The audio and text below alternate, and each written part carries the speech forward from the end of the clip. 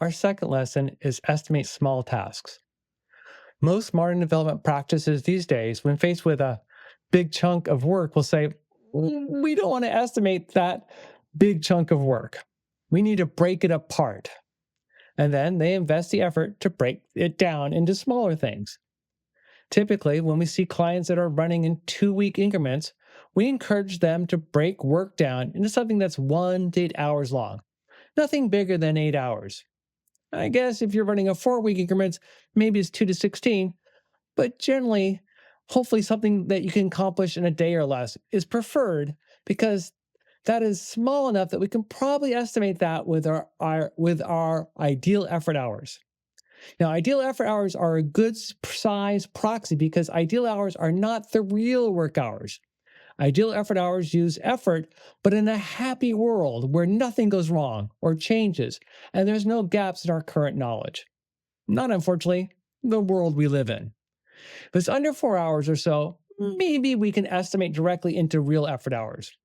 It can work there, but it's better to stick with ideal hours as work is often bigger than 4 hours and you want to avoid switching back and forth. Plus, we can establish a ratio of ideal to real effort if we're consistent. If that work is larger than a couple of days, we probably want to use a different technique than expert judgment. One of the biggest issues in expert judgment estimates isn't that we're estimating the thing wrong. It's that we're not estimating the entire thing because we have forgotten or not thinking about parts of the work. We'll forget lots of little details. We'll forget little tasks that have to go along with the main work. To improve an expert judgment at this point, you can take it up a step if you use a checklist. If you have a list of things that you typically forget, call it a frequently forgotten items list. And you can vastly improve the accuracy of your individual expert judgment estimates because it's the things that we forget that get us into the most trouble. Not the things we remember and then estimate, but the things that we forgot and never estimated in the first place. One nice variation of the frequently forgotten items list is the work pattern.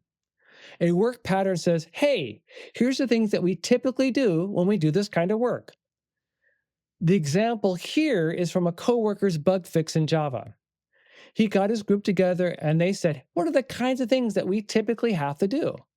Now, they don't do all these things on every item every time, so they put a little check mark box to highlight when they're estimating one specific bug fix instance.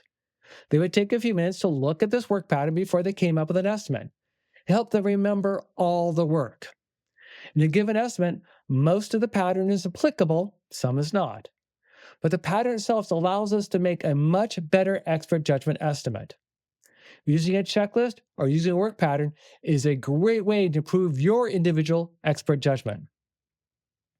Another way to improve that memory calibration is to provide some simple feedback.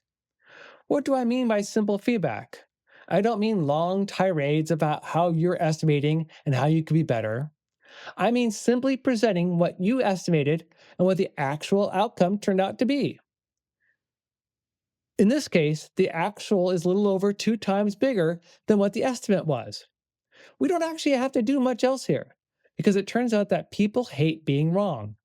They don't like knowing that they don't have the right skills. They're going to figure out a way all by themselves to get close to the actual next time. They might come up with their own little fudge factor or some other way of doing this. This happened to me for years when my wife would ask how long something was going to take, and I would come up with an estimate. She would always add a bunch more and then plan on her number. And she was usually right. To compensate, I started doubling my own expert judgment estimate before I even told her. Somehow, I started doing a lot better meeting my estimates. I came up with my own fudge factor. Giving simple feedback is a great improvement tool for expert judgment estimates. And remember, when we're doing individual expert judgment estimates, we're not making a commitment. We're still doing an estimate. We're looking at the work, and we're thinking about our uncertainty. And because we're at the individual level, we're thinking a little bit about our capacity. How much skill do I have to bring to this particular problem? Once we have our estimate, we look and say, okay, given that effort estimate, is it close to what the target is? What we really hopefully want it to be?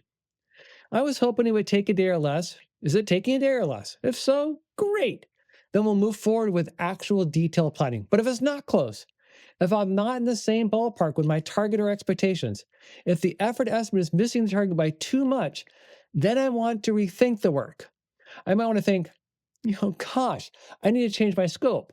I want to change my budget, or I want to change something because it's not even close. Let's get that fixed before I go and spend a lot of extra time doing detailed planning. If it's close to the target, great. Then we'll go in and start doing the detailed planning, doing that extra work. This is why we can do things like sprint planning where we have to spend a long time because we already did some estimate that said it's worth doing this detailed work of planning. We let the estimate tell us if it's worth investing in detailed planning. I think there are 4 takeaways from this lesson.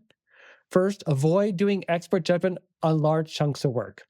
Expert judgment on big things is not going to be your friend unless we do something to really plus it up.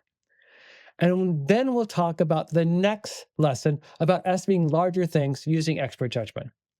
If you're using a list like a checklist or a frequently forgotten items list or a work pattern, that's going to be really upping your game.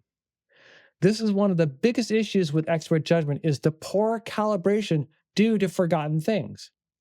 A list or work pattern helps us remember those things. And even simple feedback, facing that you're off and off by a factor 2 or 3 or something, can help you create your own fudge factor and improve your expert judgment estimation. Finally, remember we're still estimating here. We're not creating a final schedule. We're going to let the estimate inform us if it's worth investing in that detailed planning.